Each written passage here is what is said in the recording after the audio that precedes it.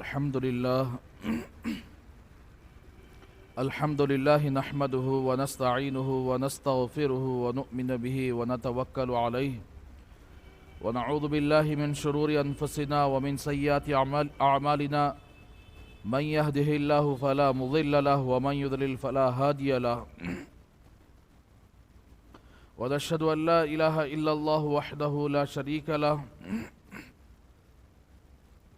ونشهد أن سيدنا محمدًا عبده ورسوله أما بعد فأعوذ بالله من الشيطان الرجيم بسم الله الرحمن الرحيم إن المسلمين والمسلمات والمؤمنين والمؤمنات والقانتين والقانتات والصادقين والصادقات والصابرين والصابرات والخاشعين والخاشعات والمتصدقين والمتصدقات والصائمين والصائمات والحافظين فروجهم والحافظات والذاكرين الله كثيرا والذاكرات أعد الله لهم مغفرة وأجرا عظيما صدق الله العظيم اللهم صل على سيدنا محمد وعلى آل سيدنا محمد وبارك وسلم اللهم صل على سيدنا محمد وعلى آل سيدنا محمد وبارك وسلم اللهم صل على سيدنا محمد وعلى آل سيدنا محمد وبارك وسلم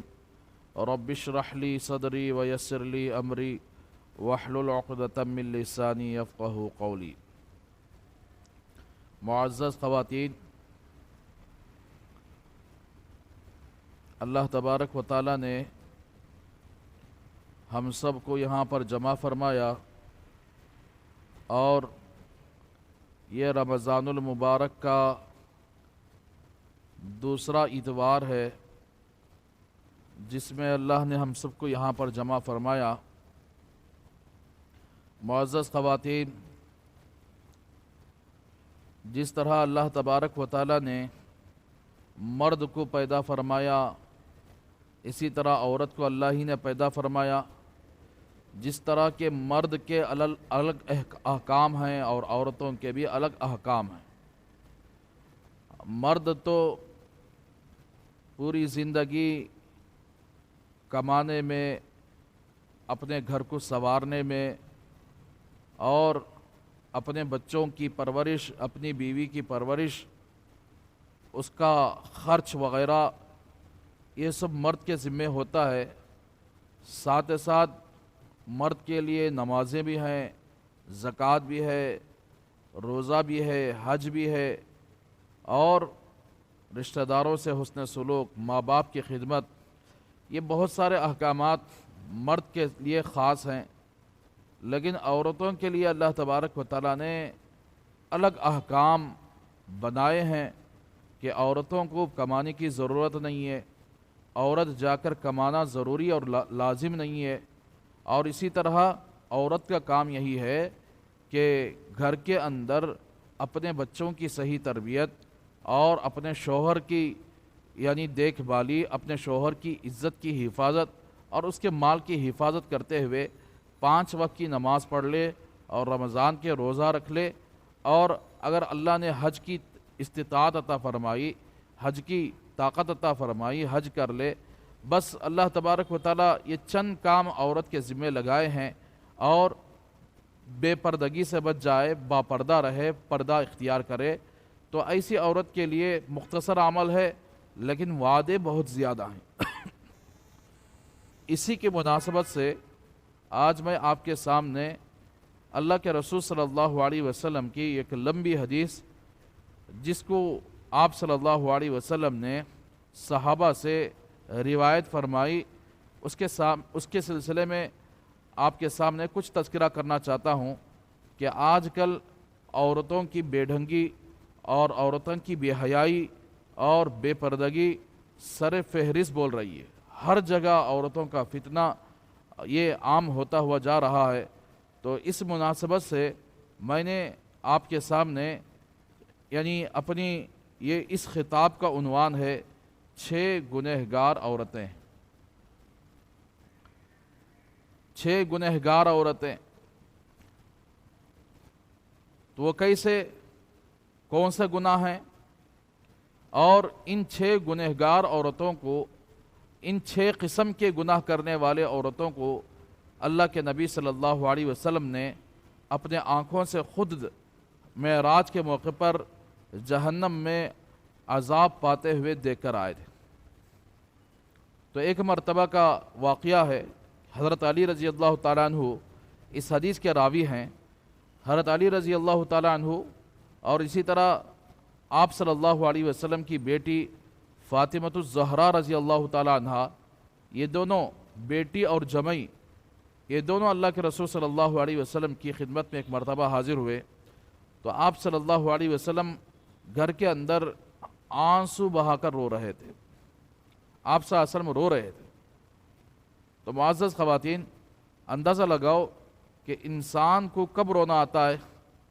انسان کو اس وقت رونا آتا ہے جب کوئی تکلیف کی چیز اس نے اپنے آنکھوں سے دیکھا ہو، یا کوئی درد اس کو زیادہ درد لگا ہو، تو اس وقت انسان کو رونا آتا ہے۔ تو اللہ کے نبی صلی اللہ علیہ وسلم اپنے گھر میں بیٹھ کر رو رہے ہیں۔ تو حضرت علی اور حضرت فاطمۃ الزہرا رضی اللہ تعالی عنہما نے آپ صلی اللہ علیہ وسلم سے سوال کیا، یا رسول اللہ، آپ کس وجہ سے رو رہے ہیں؟ آپ کی رونے کی وجہ کیا ہے؟ تو رسول اللہ صلی اللہ علیہ وسلم نے ارشاد فرمایا کہ میں جب معراج تشریف لے گیا تھا، اس وقت اللہ تبارک و تعالیٰ نے آپ صلی اللہ علیہ وسلم کو جنت کی بھی سیر کرائی تھی اور دوزخ کی بھی سیر کرائی تھی۔ اللہ نے جنت کے وہ نعمتیں بھی دکھائے اور جہنم کے بہت سارے سزائیں بھی اللہ تبارک و تعالیٰ نے دکھائے ہیں۔ تو رسول اللہ صلی اللہ علیہ وسلم نے ارشاد فرمایا کہ میں نے شب معراج میں، معراج کی رات میں، جب اللہ نے مجھے جہنم کی سیر کرائی، جہنم کو دکھایا، اس کے عذابات کو دکھایا، تو میں نے عورتوں کو اتنی خطرناک حالت میں پایا کہ بڑے سخت طریقے سے ان کو عذاب میں گرفتار کیا گیا ہے۔ میں ڈرانے کے لیے نہیں بول رہا ہوں، میں اس لیے یہ حدیث آپ کے سامنے ذکر کر رہا ہوں تاکہ امت کی عورتیں غفلت سے بیدار ہو جائیں۔ آج عورتوں پر غفلت کا پردہ پڑا ہوا ہے، آج عورتیں اپنے مگن میں ہیں، کوئی نہ قبر کی فکر ہو رہی ہے، نہ آخرت کی فکر ہو رہی ہے، بلکہ ایسے ہی زندگی گزار رہے ہیں۔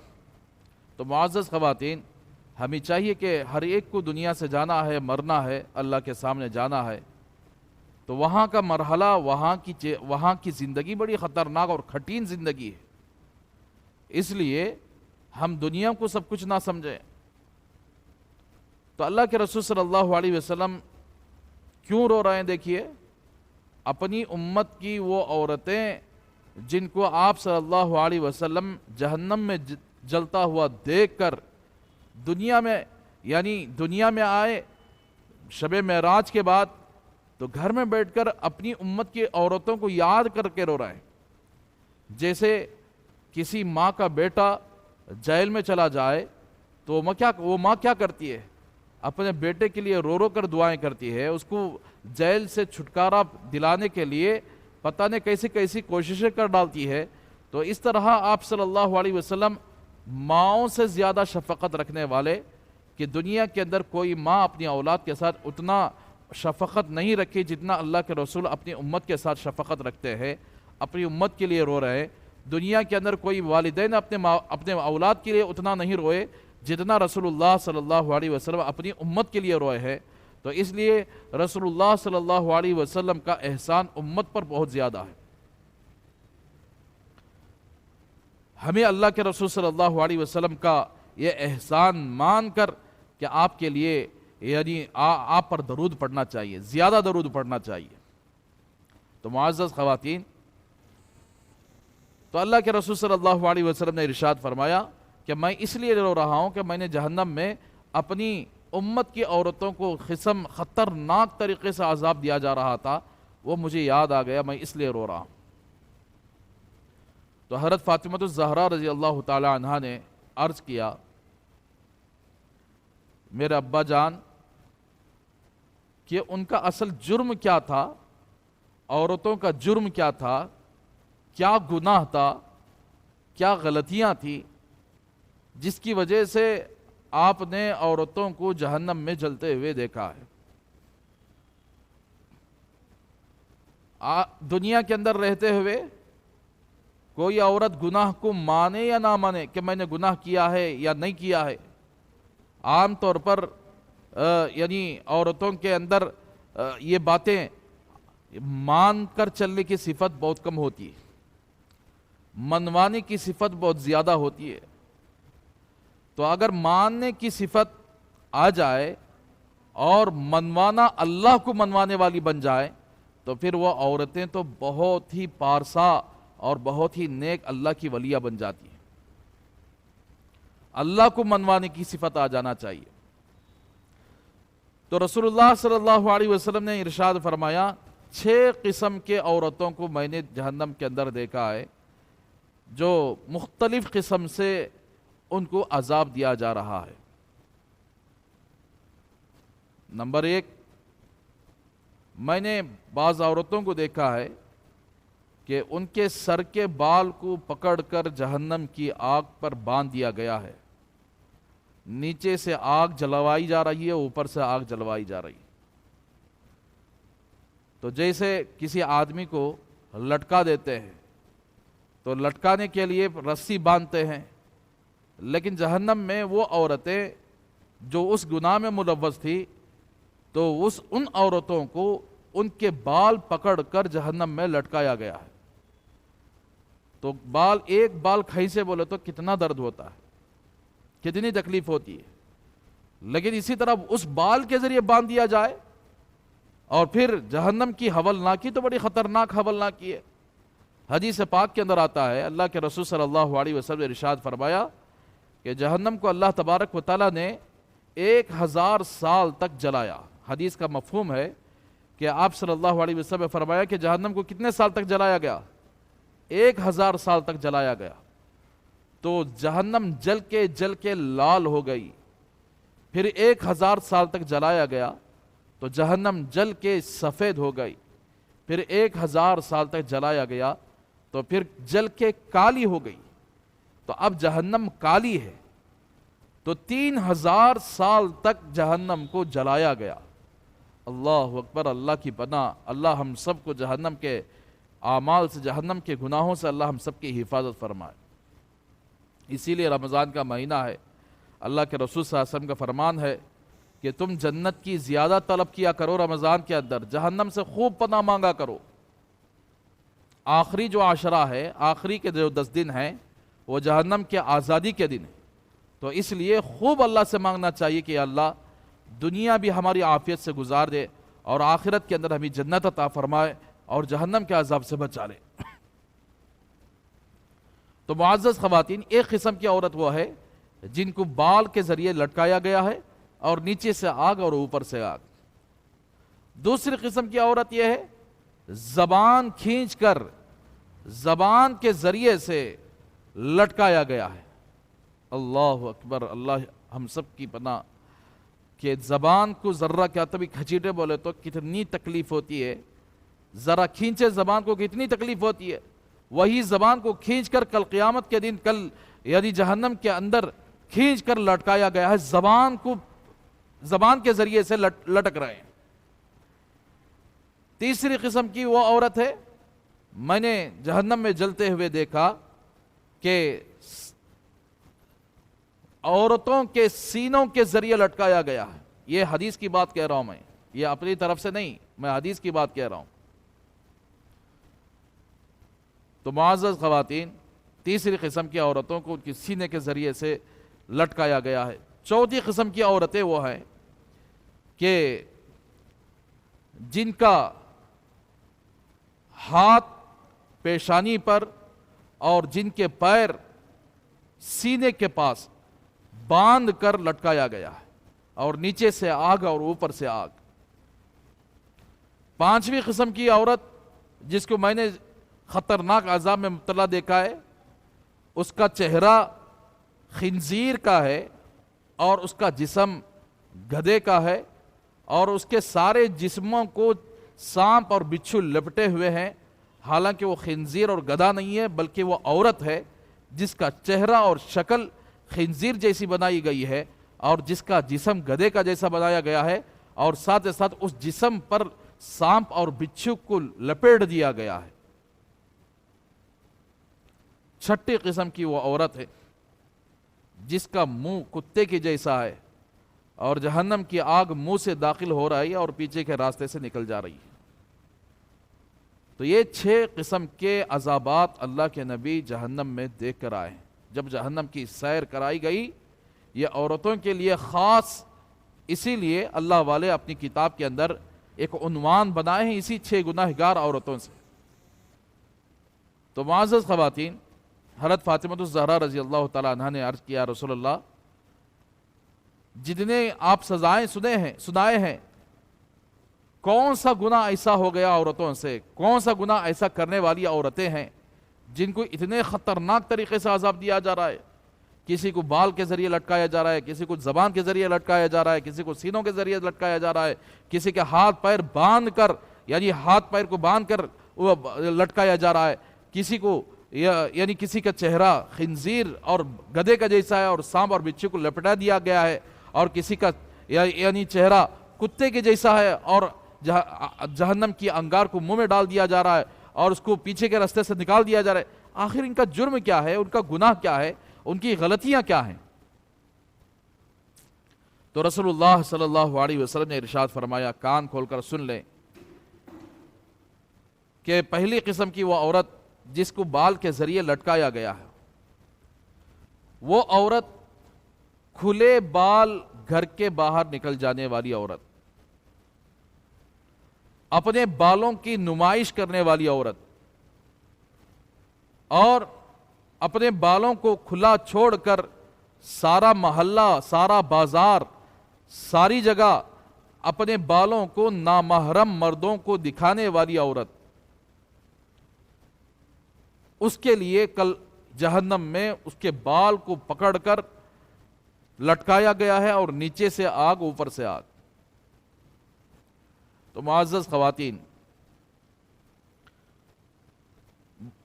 ایک خاتون نے مجھے چٹھی لکھا ہے کہ حضرت آپ ایسے بیان مت کرو، خالی فضیلتیں سناؤ، آپ اگر ایسے ویسے باتیں مت کرو۔ معزز خواتین، قرآن مجید میں بھی اللہ نے عورتوں کے مسائل بیان کیے ہیں۔ رسول اللہ صلی اللہ علیہ وسلم نے اپنی امت کی عورتوں کو بچانے کے لیے جہنم کے جتنے حالات دیکھے وہ دیکھ کر بتائے۔ خالی فضیلتیں بیان کرنا ہے تو فضائل اعمال میں آرام سے پڑھ سکتے ہیں، یہ سارے گناہ کے باتیں کون بتائے گا؟ جب عورتیں بے پردگی کو بے پردگی ہی کا گناہ نہیں سمجھ پا رہے ہیں، ٹی وی دیکھنے کو ٹی وی دیکھنے کا گناہ ہی نہیں سمجھ پا رہے ہیں، تو پھر کون بتائے گا کہ یہ گناہ ہیں، یہ گناہ کی چیزیں ہیں اور اس سے بچنا چاہیے؟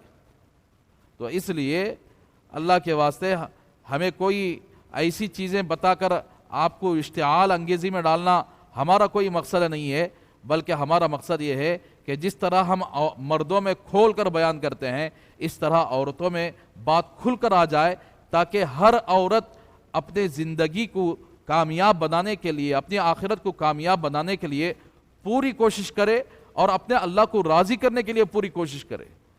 تو اس لیے یہ ساری باتیں عام طور پر کسی اور جگہ نہیں کی جاتی، باتیں عام طور پر جو بیان کیا جاتا ہے فضیلتوں پر بات ہو جاتی ہے، لیکن جو گناہ ہے نا، میں نے اس سے پہلے کہا تھا، آپ صلی اللہ علیہ وسلم نے ارشاد فرمایا کہ سب سے بڑا عابد کون ہے؟ نماز پڑھنے والا، روزے رکھنے والا، ذکر کرنے والا، یا کوئی اور عبادت کرنے والا؟ سب سے بڑا عابد اللہ کے نبی نے کیا فرمایا؟ اتق المحارم۔ آپ نے فرمایا کہ گناہوں سے بچ جاؤ، گناہوں سے بچ جاؤ گے تو سب سے بڑے عبادت گزار بن جاؤ گے۔ تو اسی لیے گناہوں سے بچنا ایک بہت بڑی عبادت ہے۔ تو بہرحال عورت کا ایک پردہ ہے، ایک ستر ہے۔ پردہ سر کے بالوں سے لے کر پاؤں کے نیچے تک مکمل طور پر عورت کا پورا جسم ڈھانکنا فرض ہے، یعنی پردہ کرنا، کسی نامحرم مرد کو نہ دکھانا۔ اور اسی طرح ایک ستر ہے، ستر کہتے ہیں جس کا چھپانا ہر حال میں ضروری ہے. پردہ اپنے بیٹے سے نہیں کر سکتے، اور اپنے شوہر سے پردہ نہیں ہے، اپنے باپ سے پردہ نہیں ہے، اپنے ماموں سے پردہ نہیں ہے، اپنے چچا سے پردہ نہیں ہے. لیکن اپنے باپ کے سامنے، اپنے بیٹے کے سامنے، اپنے بھائی کے سامنے، اپنے ماموں کے سامنے، اپنے چچا کے سامنے سطر کا ڈھانکنا تو فرض ہے.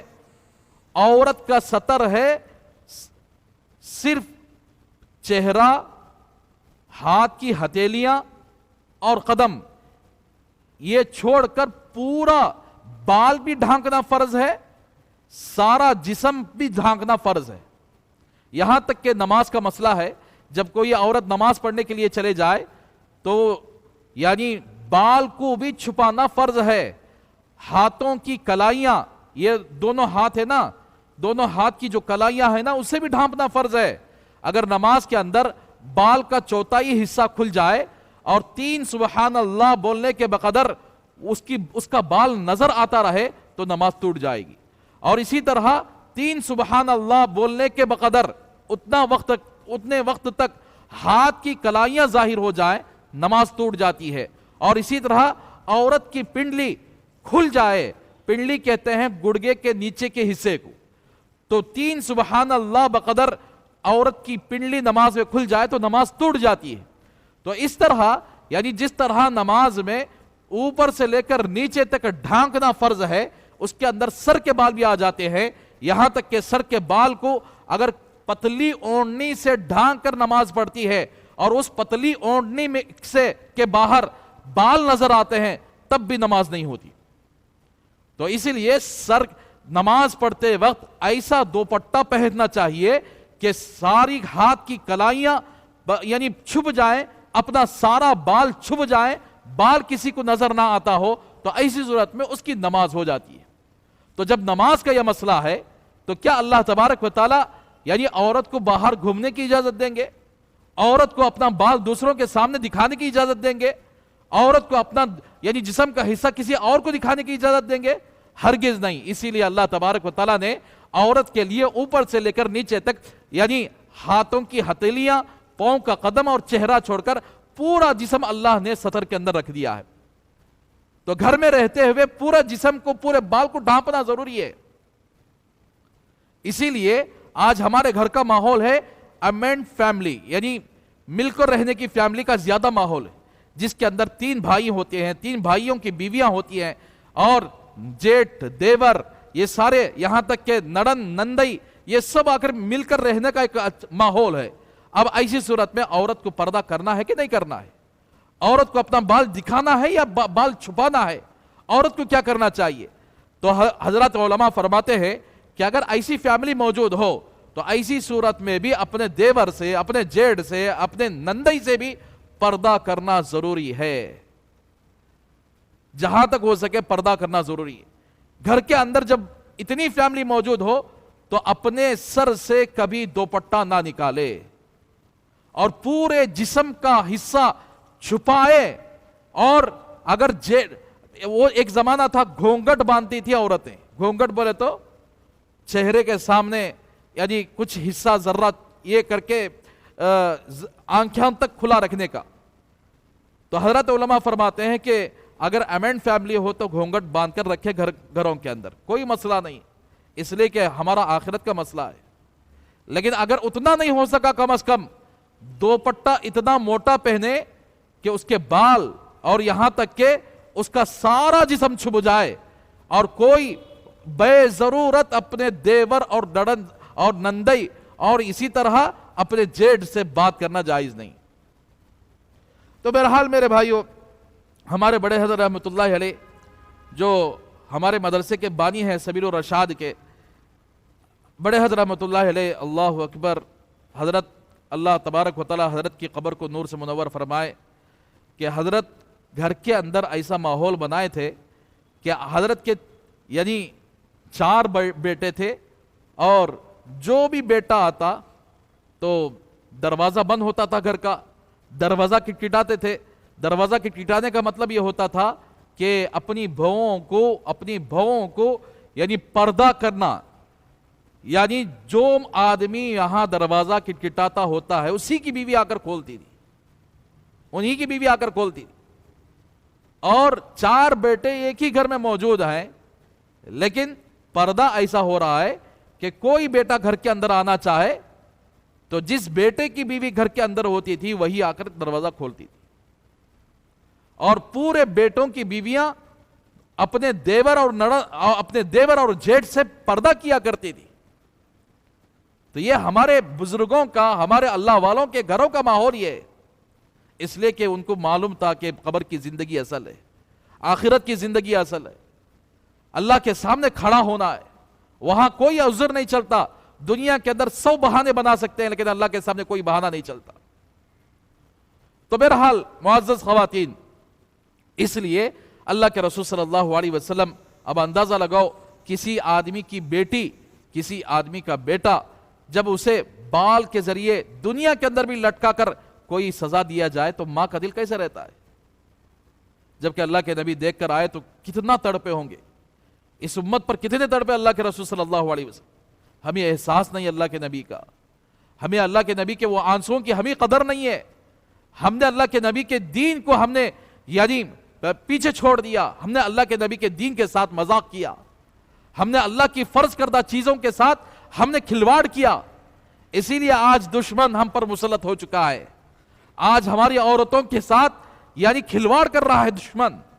حجاب کا مسئلہ لے کر پوری دنیا کے اندر ہماری عورتوں کو بدنام کرنے پر لگا ہوا ہے دشمن. اگر یہی عورتیں پردے میں رہتی، حجاب اختیار کرتی، پردہ اختیار کرتی تو کسی مائی کا لال کی یہ ہمت نہیں ہوتی کہ اس کے حجاب اور پردے کے سامنے انگلیاں بٹائے. تو بہرحال میرے معزز خواتین، تو اللہ کے رسول صلی اللہ علیہ وسلم نے یعنی اس طرح جہنم میں بالوں سے لٹکی ہوئی عورت کو دیکھ کر آ کر رونے لگے، یاد کر کے رونے لگے کہ میری امت کی عورتوں کو اس طرح جہنم میں جلایا جا رہا ہے، بالوں سے لٹکا کر یعنی جلایا جا رہا ہے. اللہ اکبر، اللہ کی پناہ. مجھے ایک واقعہ کتابوں میں ملا ہے، پڑوسی ملک میں ایک گاؤں ہے گلگت، وہاں ایک قبرستان ہے.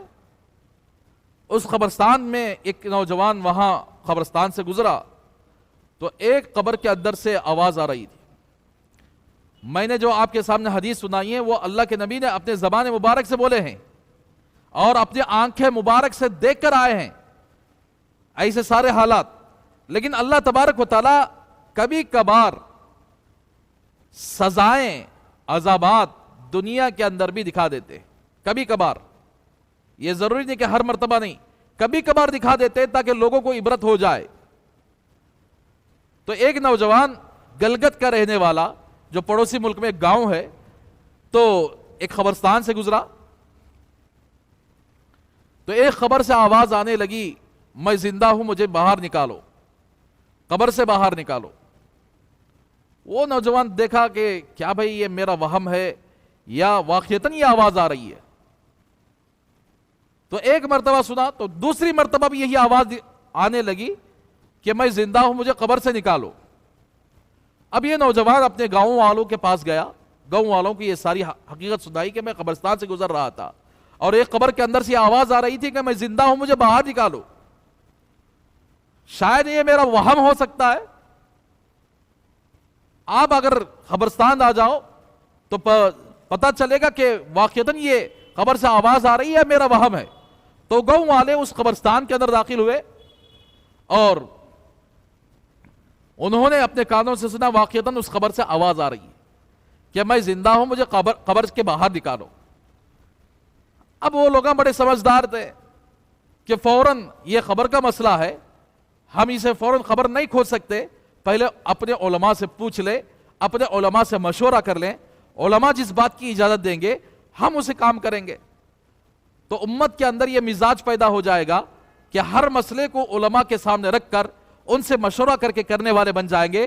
تو پھر علماء کے مشورے پر چلنے والوں کی دنیا بھی بن جاتی ہے اور آخرت بھی بن جاتی ہے. آج علماء کو بالکل ایک دم حقیر نگاہ سے دیکھا جاتا ہے اور نہ ان سے سوال کرنے کا کبھی موقع ملتا ہے، نہ کبھی مسئلے مسائل دریافت کرنے کا کبھی موقع ملتا ہے. اور ہم نے یعنی جو بے عالم ہے، جو علم نہیں رکھتے ہیں، ان سے آ کر کیا مسئلے مسائل پوچھنا شروع کر دیے. ذرہ نماز پڑھنے والے بن گئے، ذرہ یعنی دین کے سلسلے میں تھوڑی بہت جانکاری آ گئی تو اب ان سے مسئلہ پوچھنے لگتے ہیں، حالانکہ مدارس میں پڑھے بغیر کسی آدمی کو کوئی مسئلہ تحقیقی طور پر معلوم نہیں ہو سکتا. اس لیے میں اپنی بہنوں سے یہی درخواست کرتا ہوں کہ ہر اتوار کو آپ یہاں پر جمع ہوتی ہیں، آپ مسائل پوچھنے کے لیے آپ چٹھی کے ذریعے مسائل پوچھ سکتے ہیں. نام نہ لکھیں بلکہ بغیر نام کے چٹھیوں کو بھیجیں، آپ کو وہ مسئلہ اگلے اتوار کو بتا دیا جائے گا، اس کا جواب اگلے اتوار کو دے دیا جائے گا. اس لیے مسئلہ پوچھ کر عمل کرنے میں ہماری دنیا کی بھی عافیت ہے اور آخرت کی بھی عافیت ہے. بغیر تحقیق کے کوئی یہ بتایا کوئی وہ بتایا تو بہرحال وہ عورتیں وہ مرد، وہ گاؤں والے، گلگت کے رہنے والے، وہ سب اپنے علماء سے مشورہ کیے تو علماء نے پوچھا کہ واقعتاً ایسی آواز آ رہی ہے؟ ہاں آواز آ رہی ہے، ہم سب گاؤں والے نے سنا ہے. تو علماء نے یہی فیصلہ کیا، اگر قبر کے اندر کوئی کسی آدمی کے زندہ ہونے کا یقین ہو جائے تو ایسی صورت میں اس قبر کو کھود کر یعنی اس آدمی کو نکالنا چاہیے. اب یہ سارے گاؤں والے قبرستان پہنچے، مسئلہ معلوم کر لیے کہ اگر آدمی کو یقین ہو جائے کہ قبر کے اندر کوئی آدمی زندہ ہے تو اب اس کی قبر کو کھول سکتے ہیں، اس کے علاوہ کسی اور وجہ سے اگر قبر کو کھولنا جائز نہیں. اب یہ قبر کھودنا شروع کیے، جب قبر کھولے، تختہ نکالے تو کیا دیکھتے ہیں کہ ایک عورت بیٹھی ہوئی ہے، ننگی بیٹھی ہوئی ہے، اس کا کفن بھی نہیں ہے. فوراً اس نے کہا کہ میرا فلاں جگہ گھر ہے، فلاں جگہ جا کر میرے کپڑے لے کر آؤ. تو سارے لوگ وہاں سے ہٹ گئے اور اس کا گھر کے پاس جا کر کپڑے لا کے اس کے قبر میں ڈال دیے. تو اس نے یعنی وہ عورت کپڑے پہن کر فوراً چھلانگ لگائی، سیدھا بھاگتی ہوئی اپنے گھر کے اندر ایک کمرے میں جا کر بند کر لی، ایک کمرے میں جا کر دروازہ بند کر لی. اب لوگ پریشان، یہ کیا ماجرا ہے؟ اس کے انتقال ہونے کے بہت سارے دن ہو گئے، اب یہ زندہ کیسی ہے؟ اور وہ بھی یعنی گھر کا ایڈریس بھی بتا رہی کہ فلاں جگہ میرا گھر ہے، وہاں جا کر کپڑے لاؤ.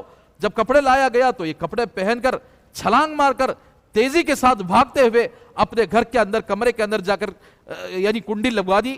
تو اصل ماجرا کیا ہے؟ یہ کیا ماجرا ہے؟ سارے لوگ پریشان. اگر ہم کو ایسے کوئی حالات نظر آ جائے تو شاید ہمیں نیند بھی نہیں آئے گی. قبر کا مسئلہ بڑا خطرناک ہے معزز خواتین، اسی لیے عورتوں کو اللہ کے رسول صلی اللہ علیہ وسلم نے منع فرمایا ہے کسی بھی قبر کے سامنے جانے سے، کسی بھی قبرستان جانے سے. اللہ والوں کے قبر کے پاس جانے کی بھی اجازت نہیں، خود اللہ کے نبی کے روضہ اطہر کو دیکھنے کی بھی اجازت نہیں عورتوں کے لیے. اب یہاں درگاہیں یہ سب اگر عورتوں سے بھری رہتے ہیں، کل قیامت کے لوگوں کو پکڑ ہوگی جو قبروں کے پاس جا کر اپنی زندگی گزارتے ہیں. نعوذ باللہ، اللہ کے نبی کی قبر کو دیکھنے کی عورت کو اجازت نہیں ہے تو یہاں اللہ والوں کی قبروں کو دیکھنے کی کیسے اجازت ہوگی؟ تو بہرحال سارے لوگ گئے، دروازہ کٹکھٹائے، معلوم کرنا چاہتے تھے کیا حالت ہے، کس بنیاد پر اس طرح کا کام ہوا ہے. تو اب اندر سے وہ عورت جواب دینے لگی کہ میں ہرگز کنڈی نہیں کھولوں گی، لاک نہیں کھولوں گی، اس لیے کہ تم میں کسی کے پاس میری شکل و صورت دیکھنے کی ہمت نہیں ہوگی، میں ایسی حالت پر ہوں. اس نے کپڑے پہن کر اپنے سارا چادر سے اوڑھ کر بھاگی تھی. تو لوگوں نے کہا کہ نہیں ہم پوچھنا چاہتے ہیں آپ کی حالت کیا ہے، یہ ماجرا کیا ہوا ہے. تو اس نے جواب دیا کہ دیکھو، جس کے پاس جگر ہو، جو دیکھنے کی طاقت رکھتا ہو تو وہ سامنے آئے، ورنہ تو مجھے دیکھنے کی کوئی طاقت نہیں رکھتا. تو اس بمشکل پورے مجمع کے اندر 4 آدمی تیار ہو گئے کہ بھئی ہم تیار ہیں اس کے حالات کی تفتیش کرنے کے لیے کہ اصل ماجرا کیا ہوا. تو اس کے بعد انہوں نے کہا کہ ہم 4 آدمی تیار ہیں کہ آپ کی تفتیش کرنے کے لیے. تو اس کے بعد اس نے دروازہ کھولا. اب یہ 4 آدمی اندر داخل ہوئے تو پورے چادر سے یہ اوڑھی ہوئی بیٹھی. تو لوگوں نے پوچھا، ان 4 آدمیوں نے پوچھا کہ تیرا انتقال ہوا ہے، تیری نمازے کی جنازہ پڑھی گئی، تجھے دفن کیا گیا، اور دفن کر کے کئے دن ہو گئے، کئے وقت کا عرصہ گزر چکا ہے، آخر اچانک یہ زندگی کیسے عطا ہو گئی؟ حالانکہ ہمارا عقیدہ ہے مرنے کے بعد آدمی دوبارہ زندہ نہیں ہوتا. دوبارہ کب زندہ ہوتا ہے؟ قیامت کے دن اللہ تبارک و تعالیٰ دوبارہ زندہ کریں گے، اٹھائیں گے قبر سے. لیکن دنیا میں رہتے ہوئے آدمی مرنے کے بعد پھر دوبارہ زندہ ہو کر آ جائے دنیا کے اندر، یہ ہرگز نہیں ہو سکتا. ہاں کبھی کبھار اللہ تبارک و تعالیٰ اس طرح کے واقعات دکھا دیتے ہیں، کبھی کبھار کسی کو زندگی عطا فرما دیتے ہیں. جیسا کہ آپ سن چکے ہیں کہ حضرت عیسیٰ علیہ السلام اپنے حواریین کو لے کر جا رہے تھے، تو ان کے حواریین کہتے ہیں ان کے صحابہ، حضرت عیسیٰ علیہ السلام کے ساتھی. تو انہوں نے عرض کیا کہ یہ تو حضرت یحییٰ علیہ السلام کو یعنی حضرت عیسیٰ علیہ السلام نے قم باذن اللہ سے اٹھائے. تو اس وقت حضرت یحییٰ علیہ السلام نے یہی جواب دیا کہ میرے بال اس لیے سفید ہو گئے، میرے انتقال کے وقت میرے بال کالے تھے، لیکن اب اس لیے سفید ہو گئے کہ جیسے حضرت عیسیٰ علیہ السلام نے یعنی جیسے فرمایا قم باذن اللہ، میں نے سمجھا کہ قیامت قائم ہو گئی ہے، تو اس ہولناکی کے قیامت کے ہولناکی کے ڈر سے میرے بال سفید ہو گئے ہیں. تو حضرت عیسیٰ نے عرض کیا کہ اگر آپ چاہیں تو دوبارہ آپ کو اگر کچھ دیر زندگی گزارنے کا موقع مل جائے. تو حضرت یحییٰ نے عرض کیا کہ جب سے یعنی مجھے موت آئی ہے اس وقت سے لے کر آج تک موت کی تکلیف محسوس کر رہا ہوں. تو بہرحال معزز خواتین، تو اس طرح قبر کے حالات ہوتے ہیں، اس طرح قبر کی زندگی ہوتی ہے. تو اب یہ سارے چار لوگوں مل کر اس سوال کیا کہ اصل ماجرا کیا ہے، آپ کی زندگی کا ماجرا کیا ہے. تو اس عورت نے اپنے سر سے وہ چادر ہٹائی، اوڑی ہوئی تھی چادر. تو وہ چار آدمی دیکھ کر بڑے حیران اور تعجب میں پڑ گئے کہ سر کے اوپر نہ چمڑا ہے نہ بال ہے، جیسے کھوپڑی ہوتی ہے، صاف بالکل کھوپڑی ہے. تو انہوں نے سوال کیا آپ کو اللہ نے دوبارہ زندہ کیا ہے تو پھر آپ کے سر کے بال کہاں چلے گئے؟ سر کے بال کہاں چلے گئے؟ تو اس عورت نے جواب دیا کہ میں دنیا کے اندر رہتے ہوئے اپنا سر کھلا رکھ کے گھوما کرتی تھی، گلیوں میں گھومتی تھی، بازاروں میں گھومتی تھی، نامحرم مردوں کے سامنے گھومتی تھی اپنا کھلا سر رکھ کر. تو جب مجھے قبر میں داخل کیا گیا فرشتوں نے میرے ایک ایک بال کو نوچنا شروع کیا، ایک ایک بال کو اکھاڑنا شروع کیا. تو اس نوچنے کی وجہ سے میرے بال کے ساتھ میرا چمڑا بھی اترنا گیا. مجھے اتنی تکلیف ہوئی اس سزا سے. معزز خواتین، اندازہ لگاؤ کسی عورت کا بال کو نوچا جائے کتنی تکلیف ہوتی ہے دنیا کے اندر. اگر وہی قبر کا مسئلہ آ جائے، قبر کے عذاب کا مسئلہ آ جائے تو کتنی تکلیف ہوگی. تو اس طرح ایک ایک بال نوچ کر سارے بال کو فرشتوں نے ختم کر دیا، یا اس کی وجہ سے میرا چمڑا بھی ایک کھوپڑی کے اوپر سے نکل گیا. اب اندازہ لگاؤ کیا اس بات کو سننے کے بعد کیا ہم پھر گلیوں میں گھومیں گے؟ بچیوں کو بچپن ہی سے دوپٹہ پہننے کی عادت بنوائیں. یہ بچیاں جا کے کل بڑی ہوں گی اور کسی کی بیوی بنیں گی، ماں بنیں گی. اگر بچپن سے بچیوں کو دوپٹہ پہننے کی عادت نہیں بنوائیں گے تو پھر ان کے لیے پردہ بہت مشکل ہوگا. اسی لیے معزز خواتین، بارہا پردے پر اس لیے بات کی جاتی ہے. ہر کوئی عالم جب بات کرتا ہے تو پردے پر زیادہ بات کرتا ہے. وجہ یہ ہے کہ امت کی ماؤں اور بہنوں کے درمیان پردے کی اہمیت ختم ہو چکی ہے. ہر ایک کے لیے قبر کے اندر جانا ہے، ہر ایک کو اللہ کے سامنے حاضر ہونا ہے. دنیا کے اندر کوئی سزا دنیا والے دیں تو برداشت نہیں ہو سکتا، تو کیا آخرت میں قبر میں ہم سزا کو برداشت کر سکیں گے؟ تو بہرحال پھر اس نے اپنے چہرے سے چادر ہٹائی تو کیا دیکھتے ہیں کہ چہرے کے اندر کچھ بھی نہیں ہے، صرف دانت نظر آ رہے ہیں. ہونٹ بھی نہیں ہے، کچھ بھی نہیں ہے، صرف دانت نظر آ رہے ہیں. اب کھوپڑی میں دانت ہو، کچھ بھی نہ ہو، آدمی کیسا بھیانک نظر آئے گا. اللہ اکبر، اللہ حفاظت فرمائے. معزز خواتین، قبر کے عذاب سے پناہ مانگو، اور جتنے یہ عذاب کے ذریعے ہیں اپنی زندگی میں ہے ایسے گناہ، اللہ کے واسطے چھوڑ دیا کرو.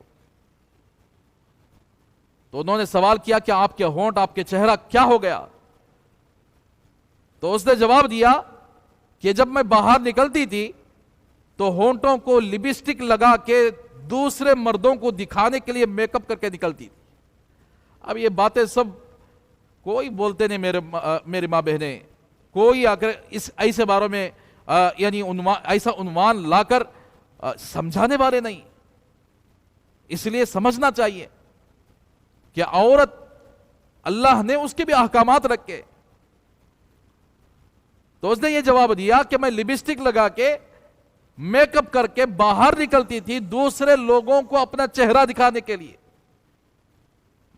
ہوتا نہیں آج کل شادیوں کے موقع پر خصوصاً اتنا میک اپ کیا جاتا ہے، اتنا میک اپ کیا جاتا ہے، وہاں یعنی مقصد یہ ہوتا ہے کہ وہاں سب لوگ آئیں گے، سب لوگوں کے سامنے میری خوبصورتی نمایاں ہونی چاہیے، سب لوگ میری خوبصورتی کی دیکھ کر تعریف کرنے والے بن جائیں.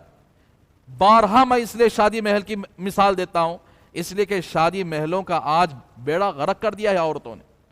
اتنی بے حیائی، مردوں کے سامنے بے حیائی کے ساتھ بغیر دوپٹے کے، نہ یعنی سر پر دوپٹہ ہوتا ہے، یہاں سے نکلتے ہیں برقعے کے اندر.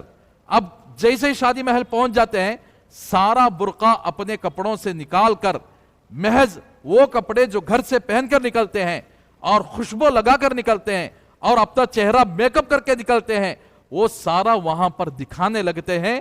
اور وہاں مرد بھی اور عورتیں بھی ایک ساتھ مل کر کھانے والے بن جاتی ہیں. انہیں ان کے صورت کو دیکھتا، انہیں ان کے صورت کو دیکھتی ہوئی کھاتے. بسا عورتیں تو اتنی بے حیائی بن گئے ہیں، نکاح مسجد میں رکھو بولے تو نہیں، شادی محل میں رکھے تو عورتیں بھی دیکھتی. ضرورت کیا عورت کو دیکھنے کی؟ جیسا مرد عورت کو نہیں دیکھ سکتا، پردہ کرنا ضروری ہے، ایسا عورت بھی کسی مرد بانے کو نہیں دے سکتی. اب وہاں سٹیج پر پیچ میں چپکے تو پردہ لگاتے، کیا بھی وہ پردے کا اثر حقیقت بھی نہیں. سامنے بیٹھ جاتے ہیں، جیسے تھیٹر میں فلم دیکھنے کے لیے بیٹھتے ہیں، ویسے سامنے بیٹھ کر وہاں جا کر کیا کتنے کی مرد بانے رہتی، انہوں سٹیج پہ رہتے سے مرد بانے، انہوں نیچے یعنی کرسیوں پر بیٹھ کر گویا ایک فلم دیکھے جیسا دیکھتے رہتے ہیں. وہاں ویڈیو بھی چلتا رہتا، وہاں سب کچھ چلتا رہتا. اب اندازہ لگاؤ کہ اتنی بے حیائی اگر ہمارے معاشرے کے اندر رہے گی تو کیا قبر میں اللہ کو جواب دیں گے؟ تو اس لیے اللہ کے رسول صلی اللہ علیہ وسلم کی ایک حدیث ہے کہ وہ عورت جو خوشبو لگا کر باہر نکلتی ہے تاکہ اس کی خوشبو کی وجہ سے دوسرے مردوں کو فائدہ ہو جائے، دوسرے مردوں کو سنگھانے کے لیے خوشبو لگاتی ہے، تو جب تک وہ باہر رہتی ہے اس وقت تک اللہ کی لعنت اس عورت پر برستی رہتی ہے. تو معزز خواتین، اس لیے اللہ کے واسطے اللہ نے یعنی سنورنے کا حکم دیا ہے اپنے شوہر کے سامنے. گھر میں رہتے ہوئے سنورو شوہر کو دکھانے کے لیے، اچھے سے اچھا کپڑا پہنو شوہر کو دکھانے کے لیے، اپنی زینت، اپنا خوشبو استعمال کرو، شوہر کے لیے خوشبو استعمال کرو. باہر کے لیے اجازت ہی نہیں ہے. تو بہرحال اس عورت نے یہی جواب دیا کہ میں جب باہر نکلتی تھی تو ہونٹوں کو لپسٹک لگا کر اور سارے چہرے پر میک اپ کر کے نکلتی تھی. جب مجھے قبر میں ڈالا گیا تو میرے ہونٹوں کو کاٹ دیا گیا قینچیوں سے. اللہ اکبر. ہونٹوں پر کوئی چھلا آ گیا، کوئی پنسنی آ گئی، کھانا کھانے نہیں بولتا، پانی پینے کے لیے لوگ یعنی تکلیف محسوس کرتے، اور اسی ہونٹوں کو کاٹ دیا جائے. پھر اس کے بعد اس عورت نے اپنے پیر اور ہاتھوں کے انگلیاں دکھائے، اور اپنے پیر اور ہاتھوں کی انگلیوں کے اندر ناخن موجود نہیں ہے. بڑے بدے ہیں ہاتھ اور پیر کے انگلیاں. تو لوگوں نے سوال کیا کہ آپ کے ناخن کہاں چلے گئے؟ تو اس عورت نے جواب دیا میں رنگ پالش لگاتی تھی دنیا کے اندر رہتے ہوئے، رنگ پالش لگا کر اپنے ہاتھ اور پیر کی خوبصورتی کو دوسروں کے سامنے دکھاتی. رنگ پالش لگانے سے نہ وضو ہوتا ہے نہ غسل ہوتا ہے، غسل بھی نہیں ہوتا، وضو بھی نہیں ہوتا. اب بچپن سے بچیوں کو، بہت سارے بچیوں کو دیکھا میں، ہاتھوں میں رنگ پالش لگا لے کے آتے، کیا بولا تھا ہمارا امی لگا لے. امی بھی لگاتے ہیں اس لیے بیٹی کو بھی لگاتے ہیں، اور امی پوری زندگی ناپاک رہتی ہے. اگر رنگ پالش لگانے والی عورت پوری زندگی ناپاکی میں گزارتی ہے تو کیا اس عورت پر جنات نہیں قبضہ کر دیں گے؟ رنگ پالش سے نہ وضو ہوتا ہے نہ غسل ہوتا ہے. تو بہرحال معزز خواتین، پھر اس کے بعد یہ عورت یہ بات بول کر وہیں پر مر گئی، انتقال ہو گئی. پھر لوگوں نے پھر اسی قبر میں جا کر اسے دفنا دیا. یہ واقعہ پیش آیا گلگت کے اندر اور لوگوں نے اس کو دیکھا ہے. تو اندازہ لگاؤ کبھی کبھار اللہ تبارک و تعالی ایسی چیزیں دکھا دیتے ہیں لوگوں کی عبرت کے لیے. اگر اس واقعے کو سننے کے بعد، اللہ کے نبی صلی اللہ علیہ وسلم کی اس حدیث کو سننے کے بعد کہ آپ نے دیکھا کہ سر کے بالوں کو پکڑ کر باندھ دیا گیا ہے، لٹکا دیا گیا ہے، نیچے سے آگ ہے اوپر سے آگ ہے، تو کیا اگر یہ بات سننے کے بعد بھی کوئی عورت یہ جرأت کر سکتی ہے کہ سر کے اوپر سے دوپٹہ ہٹا دے، بے پردگی اختیار کرے، گھر کے اندر باہر نکلتے ہوئے بے پردگی اختیار کرے اور سر کو کھلا چھوڑ کر پوری گلیاں گھومے؟ کوئی عورت کے اندر ہمت ہے تو اندازہ لگاؤ کہ اس عورت کا دل سخت ہو چکا ہے، اس عورت کا دل کالا ہو چکا ہے جس نے اللہ کے نبی صلی اللہ علیہ وسلم کی اس بات کو سننے کے بعد، اللہ کے نبی کے اس سزا کو سنانے کے بعد اگر پھر بھی وہ پردہ اختیار نہیں کرتی ہے تو پھر اللہ ہی یعنی اس عورت کو ہدایت دے. تو معزز خواتین، اللہ کے واسطے یعنی پوری زندگی اپنے آپ کو یعنی بنا لو. اس لیے کہ عام طور پر حدیث پاک کے اندر آتا ہے 4 وجہوں سے زیادہ تر عورتیں جہنم میں جلتی ہیں. کون سی وجہ کیا ہے؟ ایک تو عورتوں کے اندر اکثر و بیشتر اللہ کی نافرمانی کا جذبہ زیادہ ہوتا ہے. دوسرا، رسول اللہ صلی اللہ علیہ وسلم کی زندگی کے خلاف چلنے کا جذبہ بھی زیادہ ہوتا ہے. تیسرا، یہ اپنے شوہروں کی نافرمانی کا جذبہ بھی ان کے اندر زیادہ ہوتا ہے. چوتھا، بے پردگی کا جذبہ کہ اپنے حسن کو، اپنی خوبصورتی کو دوسروں کو دکھانے کا جذبہ. یہ 4 وجوہات کی بنیاد پر جہنم میں عورت کو ڈال دیا جاتا ہے. معزز خواتین، لیکن ایسی عورتیں بھی گزری ہیں جنہوں نے پوری دنیا کے اندر تاریخ رقم کر دی، جیسے حضرت رابعہ بصریہ رحمۃ اللہ علیہ. کیسی عورت تھی جنہوں نے اپنی زندگی ایسے بنائی کہ رہتی دنیا تک کے لوگ ان کا نام لیتے رہیں. اور اسی طرح یعنی صحابیات میں سے حضرت فاطمہ الزہرا رضی اللہ تعالیٰ عنہ، حضرت عائشہ صدیقہ رضی اللہ تعالیٰ عنہ، حضرت خدیجہ الکبریٰ رضی اللہ تعالیٰ عنہ، حضرت حفصہ رضی اللہ تعالیٰ عنہ، اور صحابیات جتنے بھی ہیں کیسی زندگی گزار کر گئے. تو اسی لیے معزز خواتین، ہمیں چاہیے کہ اللہ تبارک و تعالیٰ نے ہمیں موقع دیا ہے، اللہ نے یہ سننے کے موقع دیے ہیں اور دین کے اجتماعات میں آنے کا اللہ نے موقع دیا ہے. تو ایسی صورت میں ہمیں اپنی زندگی کو بدلنا پڑے گا، اپنی آخرت کے لیے اپنی زندگی کو بدلنا پڑے گا. تو سب سے پہلی عورت جس کو اللہ کے نبی صلی اللہ علیہ وسلم نے یہ دیکھا. دوسری قسم کی عورت جس کی زبان کو کھینچ کر لٹکا دیا گیا ہے جہنم کے اندر، اور نیچے سے آگ اور اوپر سے آگ.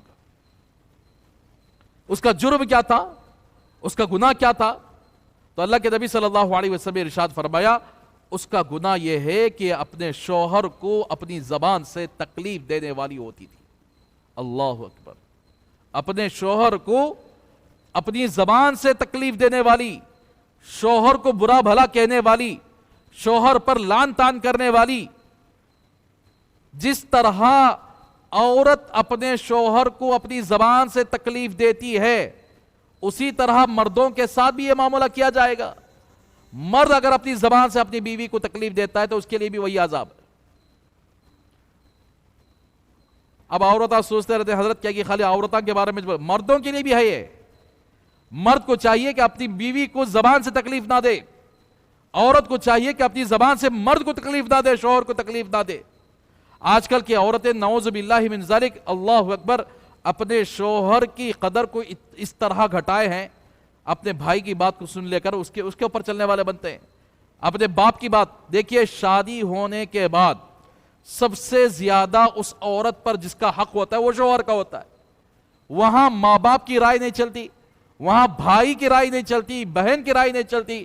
اگر شوہر نے کہا کہ یہ کام کرنا ہے اور ماں باپ کہے وہ کام نہ کرو، شوہر نے کہا کہ کوئی جائز کام ہے، جائز کام کرنے کے لیے شوہر حکم دیا کہ یہ کام کرو، اور ماں باپ کہتے ہیں کام نہ کرو، تو ایسی صورت میں شریعت کہتی ہے کہ شوہر کی بات کو مانو اور ماں باپ کی بات کو ریجیکٹ کرو. اتنا درجہ ہے شوہر کا.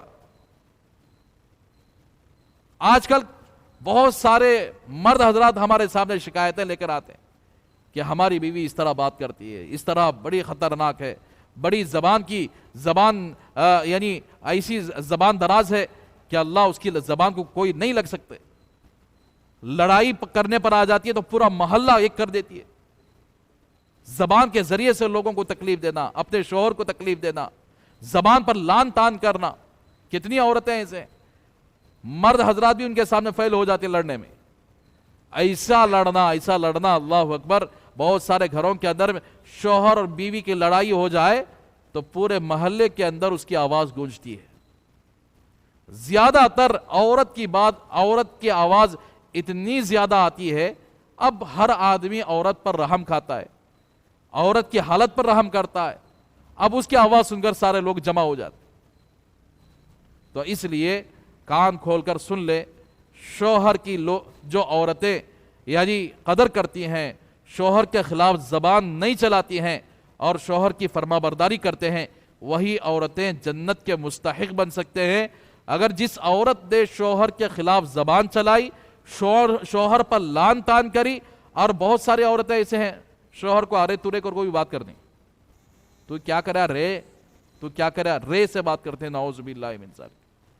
اللہ کی پناہ، اللہ کی پناہ. اور اس عذاب کو یاد رکھو، اس سزا کو یاد رکھو. جو شوہر کو زبان سے تکلیف دینے والی عورت ہوتی ہے، اس کے لیے کل قیامت کے جہنم میں زبان کو کھینچ کر لٹکا دیا جائے گا جہنم کے اندر. تو اس لیے اللہ کے رسول صلی اللہ علیہ وسلم ہمیشہ زبان کے سلسلے میں یہ فرماتے تھے کہ زبان کے گناہوں سے بچ جاؤ. زبان ایک بہت بڑی اللہ کی نعمت ہے. اس زبان کی وجہ سے ایک مرد اور عورت حرام تھے، لیکن میں نے قبول کیا، صرف زبان سے 2 کلمات بول دیے تو وہ حرام پن حلال پن میں آ گیا، حلال ہو گئی. اسی زبان کی وجہ سے ایمان میں یعنی جنت میں داخل ہونے کا ذریعہ ہے. لا الہ الا اللہ محمد رسول اللہ مرتے وقت کلمہ جاری ہو گیا تو سیدھا جنت میں چلا جائے گا. اسی زبان کی وجہ سے یعنی قرآن کی تلاوت بھی ہوتی ہے، ذکر بھی ہوتا ہے. اسی زبان کی وجہ سے اللہ نے یعنی جو مقصد ہے وہ مقصد کو دوسروں کے سامنے پیش کرنے کا اللہ نے ایک بہترین آلہ بنایا ہے. تو یہ زبان اللہ کی بڑی نعمت ہے، لیکن اسی زبان کی وجہ سے کل قیامت کے بہت سارے لوگوں کو جہنم میں ڈال دیا جائے گا. اسی لیے صحابہ زبان کو پکڑ کر یعنی روتے تھے. حضرت ابوبکر صدیق رضی اللہ تعالیٰ عنہ کیسے صحابی ہے، اللہ کے رسول صلی اللہ علیہ وسلم اور تمام انبیاء کے بعد جن کا درجہ ہے تو حضرت ابوبکر صدیق رضی اللہ تعالیٰ عنہ کا درجہ ہے. تو حضرت ابوبکر صدیق رضی اللہ تعالیٰ عنہ اپنی زبان کو مروڑتے تھے، ایسا مروڑتے تھے. تو صحابہ دیکھ کر پوچھے کہ اے امیر المؤمنین آپ کیا کر رہے ہیں، زبان کو کیوں پھرا رہے ہیں؟ تو حضرت ابوبکر صدیق رضی اللہ تعالیٰ عنہ نے فرمایا کیا میرے حبیب نے فرمایا کہ اسی زبان کی وجہ سے کل قیامت کے جہنم میں ڈالے جائے گی، اور اسی زبان کی وجہ سے اسی زبان نے مجھے ہلاکت میں ڈالا ہے، اسی زبان سے میں نے آ کر تکلیف دی ہے. یعنی یہ نہیں بول رہے، میں بول رہا ہوں یعنی اسی زبان کی وجہ سے آ کر لوگوں کو تکلیف پہنچائی جاتی ہے، اسی زبان کی وجہ سے لوگوں کی غیبتیں کی جاتی ہے، اسی زبان کی وجہ سے جھوٹی باتیں کہی جاتی ہیں، اسی زبان کی وجہ سے دوسروں پر تہمت اور الزام لگا دیا جاتا ہے. تو اسی وجہ سے زبان سے جو کلمے ادا کرنے والے ہیں، ہر زبان کا بول نامہ اعمال میں لکھا جاتا ہے. کہ تم نے کیا بولا ہے، کیا خیر کے لیے بولا ہے یا شر کے لیے بولا ہے۔ حدیث پاک کے اندر آتا ہے کچھ لوگ ایسے ہوتے ہیں معمولی سمجھ کر وہ بات کہہ دیتے ہیں، معمولی سمجھ کر وہ بات کہہ دیتے ہیں، لیکن وہ بات بولنے کی وجہ سے ان کا فیصلہ جہنم میں ہو چکا ہوتا ہے۔ اور کچھ لوگ ایسے ہوتے ہیں جو خیر کی بات معمولی سمجھ کر دیتے ہیں، لیکن اس خیر کی بات کی وجہ سے ان کا فیصلہ جنت میں ہو چکا ہوتا ہے۔ اب اندازہ لگاؤ کہ ہم اپنے زبان سے کتنی ایسی باتیں نکالے ہوں گے، کتنی ایسے الفاظ نکالے ہوں گے جس کو ہم معمولی سمجھتے ہیں لیکن اللہ کی نگاہ میں وہ پکڑ کا ذریعہ ہوں۔ معزز خواتین، اسی لیے ہمیں چاہیے کہ زبان کے گناہوں سے بچنا چاہیے۔ زبان جتنی زیادہ استعمال کریں گے اتنا پکڑے جائیں گے۔ زبان جتنی زیادہ، بہت سارے ایسے عورتیں بھی ہیں جو اپنے شوہروں کے خلاف پیچھے غیبتیں کرنا شروع کر دیتے ہیں، میرا شوہر ایسا کرتا ہے، ناشکری۔ واقعاً بعض مرداں ایسا ستا کو بھی ہیں، ایسا نہیں کہ مرداں اگر دودھ کے دھلے ہوئے ہیں، مرد بھی ظالم ہیں، عورتیں بھی ظالم ہیں۔ مرداں بھی آ کر کے عورتوں پر ظلم کر رہے ہیں، عورتیں بھی مردوں پر ظلم کر رہے ہیں۔ تو اس لیے اللہ کے واسطے اگر کسی کا نکاح ہو گیا ہے، نکاح کے بعد اپنے شوہر کی قدر کرنے والے بن جائیں۔ شوہر کے لیے زبان کو استعمال کرنے سے اپنے آپ کی زبان کو حفاظت کریں، بچائیں، ورنہ وہی زبان کل قیامت کے دن لٹکائی جائے گی۔ اور جہاں تک ہو سکے زبان سے ساس سسر کی غیبت، نڑند کی غیبت، اس کی غیبت، ایسی غیبتوں سے، پیٹھ پیچھے برائی بیان کرنے سے، اپنے شوہر کی ساری باتوں کو لے جا کر دوسری جگہ پہنچانا اور ان کے دلوں کے اندر شوہر کے خلاف نفرتیں بھڑکانا۔ معزز خواتین، اسی لیے کہتے ہیں جن کا تعلق اللہ سے ہو جاتا نا، شوہر بھی اس سے محبت کرنے والا بن جاتا ہے۔ آج کل میں نے اس سے پہلے کہا تھا نا، اللہ کی وجہ سے جو کوئی بندہ اللہ کی وجہ سے کسی سے ناراض ہوتا ہے تو اللہ اس کے اندر محبت کو ڈال دیتے ہیں، اور کوئی بندہ بندے کی وجہ سے اللہ کو ناراض کرتا ہے۔ شوہر بیوی کو راضی کرنے کے لیے اللہ کو ناراض کرے، بیوی شوہر کو راضی کرنے کے لیے اللہ کو ناراض کرے، پھر نفرتیں بڑھ جاتی ہیں، اختلافات پیدا ہو جاتی ہیں۔ تو اس لیے عورت کو چاہیے کہ اپنے اللہ کو راضی کرنے کی کوشش کرے گی تو انشاءاللہ سارے جھگڑے ختم ہو جائیں گے، سارے مسائل حل ہو جائیں گے۔ تو اسی لیے معزز خواتین، دوسرا گناہ ایسا ہے کہ جس کو اللہ کے رسول صلی اللہ علیہ وسلم نے فرمایا کہ زبان کو مروڑ کر، زبان کو کھینچ کر جہنم میں باندھ دیا گیا ہے، اور نیچے سے آگ اور اوپر سے آگ، اور یہ سزا میں نے دیکھ کر آئی ہے۔ یہ ان عورتوں کی سزا ہے جو اپنے زبان کے ذریعے سے اپنے شوہروں کو لعن طعن کہتے ہیں، اپنے شوہروں کی نافرمانیاں کرتے ہیں، اس لیے کہ عام طور پر یعنی عورتوں کے اندر ناشکری کا جذبہ بھی زیادہ ہوتا ہے۔ شوہر اس کی پوری ضروریات کو پوری کیا، کیا کیا کی لاکھوں ڈالا، کیا کیا کی ضرورتیں پوری کیا، اس کے باوجود بھی کیا کیا تو نے، شادی ہوئے اس وقت سے آج تک تو نے میری ماں کو پوری نہیں کیا، یہ بول دیتے ہیں۔ حالانکہ بیچارہ بیوی کو خوش کرنے کے لیے صبح سے لے کر شام تک محنتیں کرتا ہے، بچوں کو خوش کرنے کے لیے اپنا گرمی بھی نہیں دیکھتا، دھوپ بھی نہیں دیکھتا، بارش بھی نہیں دیکھتا، مکمل طور پر ان کی زندگی کو بنانے کے لیے اپنی زندگی کو یعنی کام کاج میں لگا دیتا ہے۔ پھر اب یہ شام آنے کے بعد لڑائی ہو جائے تو اب وہی عورت کہتی ہے، جس عورت کو ایک ساڑی دلانے کے لیے وہ کئی دن کی محنت کرتا ہے، جس عورت کی مانگ کو پورا کرنے کے لیے وہ پسینے پر پسینہ بہا کر یعنی پیسہ حاصل کرتا ہے، تو ایسی صورت میں لاش میں کہہ دیتی ہے کہ تو نے کیا کیا میرے لیے۔ تو اسی ناشکری کی وجہ سے، اسی لعن طعن کی وجہ سے اللہ کے نبی نے عورتوں کو فرمایا کہ میں نے جہنم میں زیادہ تر عورتوں کو جلتے ہوئے دیکھا ہے، کوئی اور گناہ نہیں ہے زبان سے عورتوں یعنی شوہروں کی نافرمانی کرنا، لعن طعن کرنا، شوہروں کو گالیاں دینا، شوہروں کو بلا بھرا کہنا، اور دوسرا ناشکری عورتوں کے اندر زیادہ پائی جاتی ہے۔ اسی لیے اللہ کے نبی نے صحابیات کو حکم فرمایا کہ تم صدقہ زیادہ دیتی رہا کرو، صدقہ زیادہ دیتی رہا کرو۔ تو بہرحال معزز خواتین، ایک گناہ تو ایسا تھا کہ بال کو کھلا رکھ کر گھومنا، دیور کے سامنے بال گلا رکھنا، جیٹ کے سامنے بال کھلا رکھنا، چچا کے بیٹے کے سامنے، پھپھو کے بیٹے کے سامنے، خالہ کے بیٹے کے سامنے، ماموں کے بیٹے کے سامنے اور نندئی کے سامنے بال کھلا رکھنا اور بے پردگی اختیار کرنے کا عذاب جہنم میں بالوں کو لٹکایا گیا ہے. اور دوسرا عذاب جہنم میں جیب کو کھینچ کر، زبان کو کھینچ کر لٹکا دیا گیا ہے اور نیچے سے آگ اور اوپر سے آگ لگائی گئی ہے. تو یہ دوسرا قسم کا عذاب ہوا. اب باقی 4 ہیں، انشاءاللہ اگلے اتوار آپ کے سامنے بیان ہوں گے. تو اسی لیے ہمیں چاہیے کہ زبان کی بھی حفاظت کرے اور یعنی اپنے بے پردگی کی بھی حفاظت کرے، اپنے بال کو، اپنے کسی بھی یعنی جسم کے حصے کو کسی نامحرم مرد کے سامنے دکھانے سے اپنے آپ کو بچائیں گے تو انشاءاللہ اللہ کی ذات سے امید ہے توبہ کریں. اب تک جو ہو گیا وہ ہو گیا، اور اب تک ہم نے آ کر کیا ہے یعنی ایسا اس طرح کی پردہ اختیار نہیں کیا ہے. لیکن یہ بات سننے کے بعد آپ سے میں عاجزانہ درخواست کرتا ہوں، دنیا ہر ایک کی گزر جائے گی اور سب کو قبر میں سونا ہے.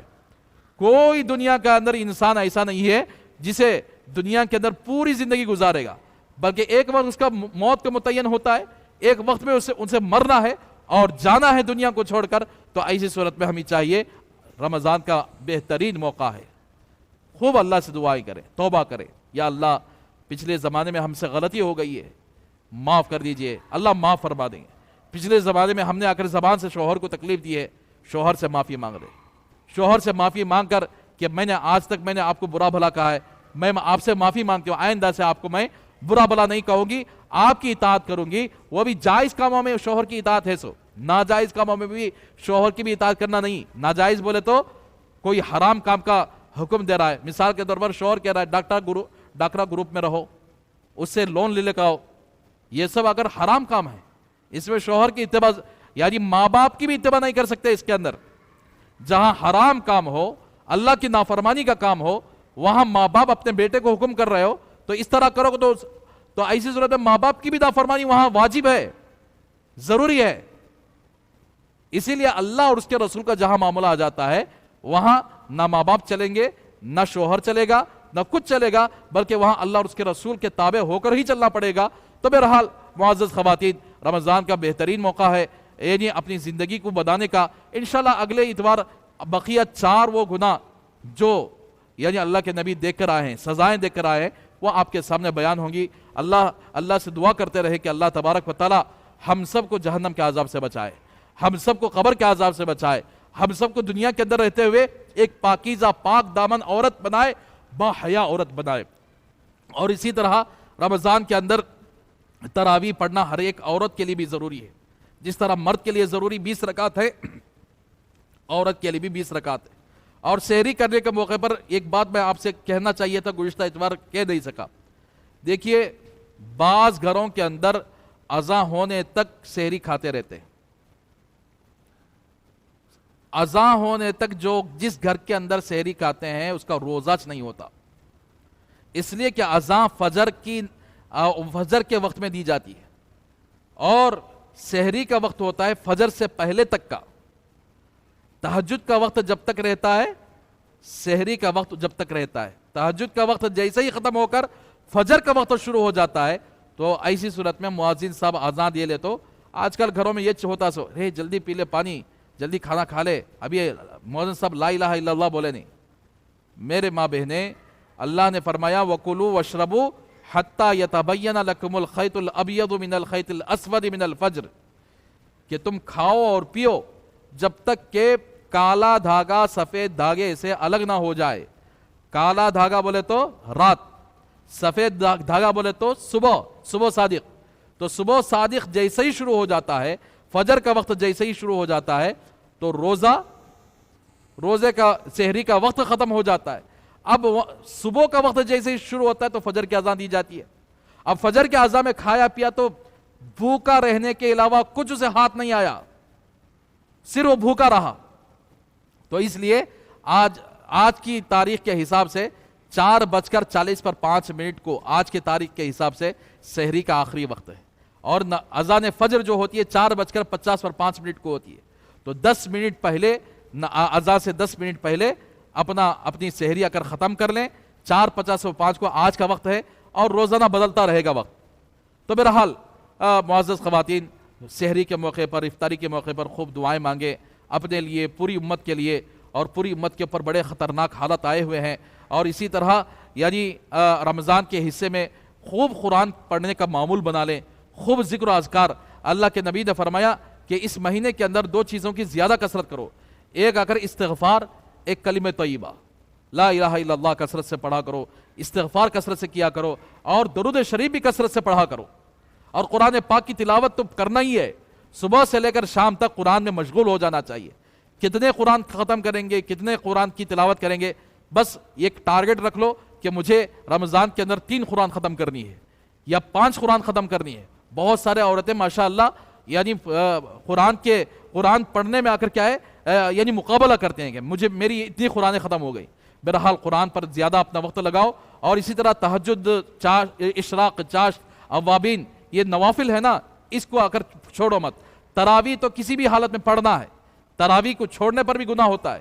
تو بہرحال یہ چند باتیں آپ کے سامنے رہیں، اور اگلی اتوار آتے ہوئے سب ہماری بہنوں کو جتنے محلے کے اندر ہے اور جتنے اپنے پڑوس میں ہیں، رشتہ دار ہیں، سب کو ساتھ لانے کی کوشش کریں۔